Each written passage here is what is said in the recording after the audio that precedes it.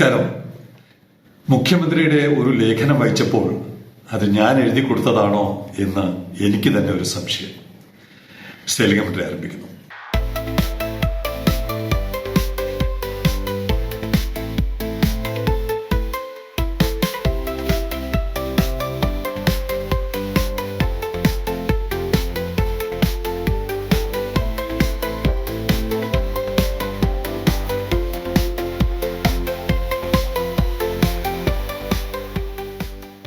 ആഗോള സമുദ്ര ദിനവുമായി ബന്ധപ്പെട്ട് നമ്മുടെ മുഖ്യമന്ത്രിയുടെ ഒരു കുറിപ്പ്, ഒരു ലേഖനം വായിക്കാനിടയായി. വാസ്തവത്തിൽ ആദ്യമായിട്ടാണ് ഒരു മുഖ്യമന്ത്രി എഴുതുന്ന ലേഖനത്തിന് ഇത്രയും സത്യസന്ധതയും ആത്മാർത്ഥതയും ഞാൻ വായിക്കുന്നത്. അത് അദ്ദേഹം സ്വന്തമായിട്ട് ഞാൻ എഴുതിയെന്ന് പറഞ്ഞത് ഒരു ആലങ്കാരികമായി പറഞ്ഞാണ്. ഒരിക്കലും എനിക്ക് എഴുതാൻ പറ്റില്ലല്ലോ. അദ്ദേഹത്തിന്റെ ലേഖനം അദ്ദേഹം എഴുതുന്ന, അല്ലെങ്കിൽ അദ്ദേഹത്തിന് PRD എഴുതാം, അല്ലെങ്കിൽ അദ്ദേഹത്തിന്റെ അത്ര ആത്മബന്ധമുള്ള ആരെങ്കിലും എഴുതി കൊടുത്തതായിരിക്കാം. എന്തായാലും അദ്ദേഹത്തിന്റെ അനുമതിയില്ലാതെ, ഫൈനൽ അനുമതിയില്ലാതെ ആ ലേഖനം പുറത്തു വരില്ലല്ലോ. എന്തായാലും നമ്മൾ ചിന്തിക്കുന്ന നിരവധി കാര്യങ്ങൾ 100% എന്ന് തന്നെ പറയാം.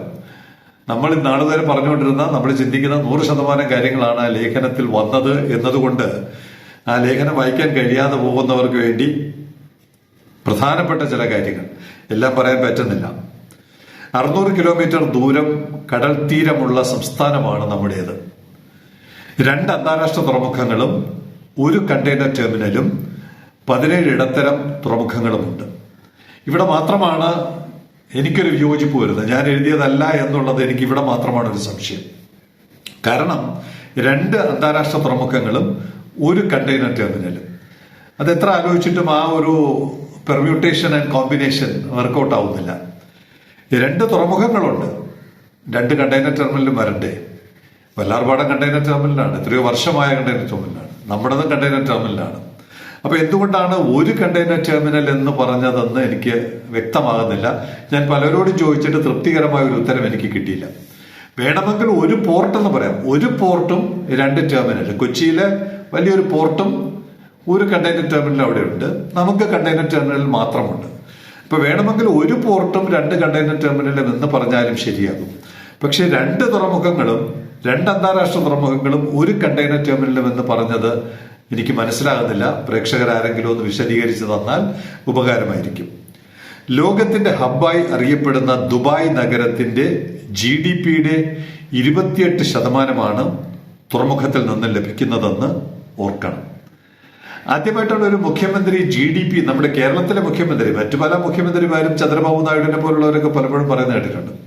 പക്ഷെ കേരളത്തിലെ ഒരു മുഖ്യമന്ത്രി GDP എന്നൊക്കെ പറഞ്ഞ് ഒരു കമ്പാരിസൺ നടത്തുന്നത് ആദ്യമായിട്ടാണ്.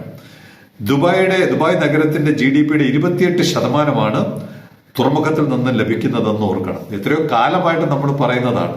സിംഗപ്പൂരും ദുബായും ഒക്കെ അതാത് പ്രദേശങ്ങൾക്ക്, അതാത് സിറ്റി സ്റ്റേറ്റ്സിന് അല്ലെങ്കിൽ രാജ്യങ്ങൾക്ക് തുറമുഖങ്ങൾ നൽകുന്ന സംഭാവനകൾ എന്താണെന്ന് പലപ്പോഴും റോട്ടർഡാമിന്റെയൊക്കെ ഉദാഹരണം നമ്മൾ അവതരിപ്പിച്ചിട്ടുണ്ട്. അപ്പോൾ മുഖ്യമന്ത്രി തന്നെ ദുബായുടെ ഉദാഹരണം നമ്മളോടിപ്പോ പറയുകയാണ്. സമുദ്ര സമ്പദ് വ്യവസ്ഥ വളരെ പ്രധാനമാണ്. സമുദ്ര സമ്പദ് വ്യവസ്ഥ എന്ന് പറയുന്ന ഒരു വാക്ക്. സമുദ്ര സമ്പദ് വ്യവസ്ഥ ലോക വികസനത്തിന്റെ പ്രധാന ചാലക ശക്തികളിൽ ഒന്നായി മാറിക്കൊണ്ടിരിക്കുകയാണ്. 100% ശരിയായ നിരീക്ഷണമാണ് അദ്ദേഹം നടത്തിയിരിക്കുന്നത്. കാലാവസ്ഥാ പ്രവർത്തനം, കാർബൺ പുറന്തള്ളൽ കുറയ്ക്കൽ, അടിയറ സിമ്പൽ. കാർബൺ പുറന്തള്ളൽ കുറയ്ക്കാനാണ് നമ്മൾ മെത്തനോൾ നിർദ്ദേശിച്ചിരിക്കുന്നത്. അപ്പൊ മെത്തനോൾ എന്ന് അദ്ദേഹം പറയുന്നതിന് പകരമായിട്ട് വരുന്നുണ്ട്, ഹരിത കപ്പൽ എന്നൊക്കെ പറയുന്ന കാര്യങ്ങൾ വരുന്നുണ്ട്. കാർബൺ പുറന്തള്ളൽ കുറയ്ക്കൽ, സമുദ്ര ജൈവ വൈവിധ്യം, സമുദ്ര സമ്പദ് വ്യവസ്ഥ, സുസ്ഥിര വളർച്ച, ഹരിത കപ്പൽ ഗതാഗതം. മെത്തനോൾ എന്ന് പറയുന്നതിന്റെ വേറൊരു വാക്കാണ് അദ്ദേഹം ഉദ്ദേശിച്ചത്. കാർബൺ രഹിതവത്കരണം, കാർബൺ ഇല്ലാതാക്കൽ, കാർബൺ കുറയ്ക്കൽ എന്നിവയ്ക്കാണ് ആഗോളതലത്തിൽ പ്രധാനമായും മുൻഗണന നൽകുന്നത്. ആഗോളതലത്തിൽ മാത്രം നൽകിയാൽ മതിയോ? നമുക്ക് മുൻഗണന നൽകണ്ടേ?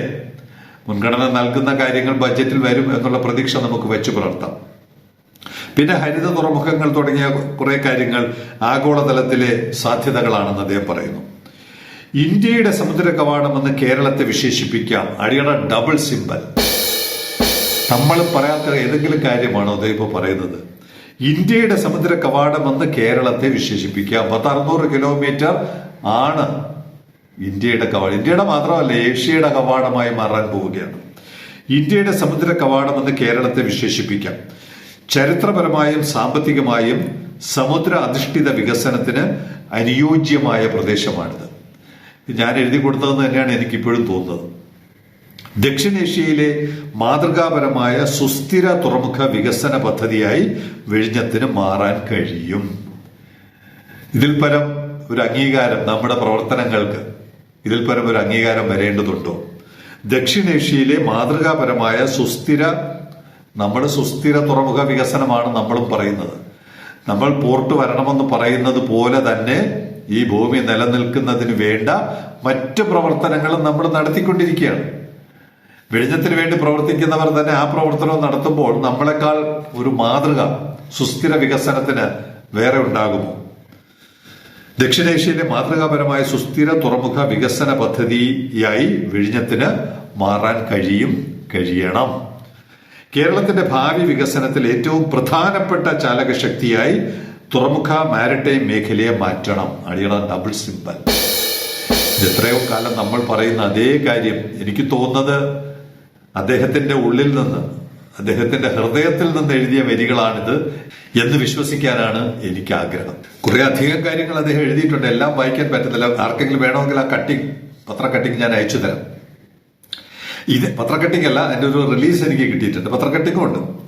ഇതിനായി സുസ്ഥിര മത്സ്യബന്ധനം, അക്വാകൾച്ചർ, സമുദ്ര ജൈവ സാങ്കേതിക വിദ്യ, സമുദ്രാധിഷ്ഠിത നവീന ഊർജം, ലോജിസ്റ്റിക്സ്, കപ്പൽ നിർമ്മാണം, അടിയട സിമ്പൽ, കപ്പൽ നിർമ്മാണം, തീരദേശ വിനോദസഞ്ചാരം, മാരിടൈം ക്ലസ്റ്ററുകൾ, കയറ്റുമതി പ്രോസസ്സിംഗ് മേഖലകൾ, വെയർഹൌസിംഗ് സൗകര്യങ്ങൾ, ഹരിത തുറമുഖങ്ങൾ, ശുദ്ധ ഇന്ധനങ്ങൾ, മെത്തനോൾ. ശുദ്ധ ഇന്ധനങ്ങൾ എന്ന് പറയുന്നത് മെത്തനോൾ ഉണ്ടാവാം, അമോണിയ ഉണ്ടാവാം, ഹൈഡ്രജൻ ഉണ്ടാവാം. ഒന്നാം സ്ഥാനം മെത്തനോൾ തന്നെയാണ്. ശുദ്ധ ഇന്ധനങ്ങൾ, ക്രൂയിസ് ടൂറിസം, സമുദ്ര പൈതൃക ടൂറിസം, ഇക്കോ ടൂറിസം, സമുദ്ര വിനോദ പ്രവർത്തനങ്ങൾ, മാരിടൈം സർവകലാശാലകൾ, നൈപുണ്യ വികസന കേന്ദ്രങ്ങൾ, ഗവേഷണ സ്ഥാപനങ്ങൾ എന്നിവ ശക്തിപ്പെടുത്തേണ്ടതുണ്ട്. ഇതിലെന്തെങ്കിലും നമുക്ക് കൂട്ടിച്ചേർക്കാനുണ്ടെങ്കിലേ ഉള്ളൂ. അദ്ദേഹം പറഞ്ഞതിൽ ഒന്നും കുറയ്ക്കാനില്ല. നമുക്ക് എന്തെങ്കിലും ഇനി കൂട്ടിച്ചേർക്കാനുണ്ടെങ്കിൽ അതുകൂടി ഇതിനോടൊപ്പം വായിക്കുക. അതേസമയം സമുദ്ര മലിനീകരണവും കാലാവസ്ഥാ വ്യതിയാനവും തീരശോഷണവും പ്ലാസ്റ്റിക് മാലിന്യങ്ങളും സമുദ്ര ആവാസ വ്യവസ്ഥകളെയും ഗുരുതരമായി ബാധിക്കുന്നുണ്ട്.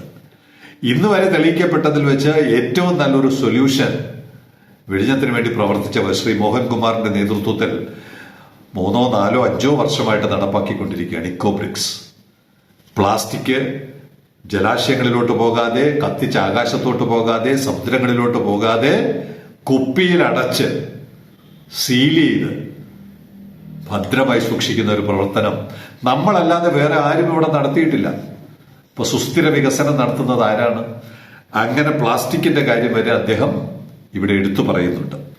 സമുദ്ര സംരക്ഷണം ഒരു പരിസ്ഥിതി ഉത്തരവാദിത്വം മാത്രമല്ല, അത് മാനവരാശിയുടെ ഭാവിയിലേക്കുള്ള നിക്ഷേപമാണ്. എന്ത് കറക്റ്റായിട്ടാണ് അദ്ദേഹം എഴുതിയിരിക്കുന്നത്. ഇത് നമുക്ക് മാത്രമുള്ളതല്ല.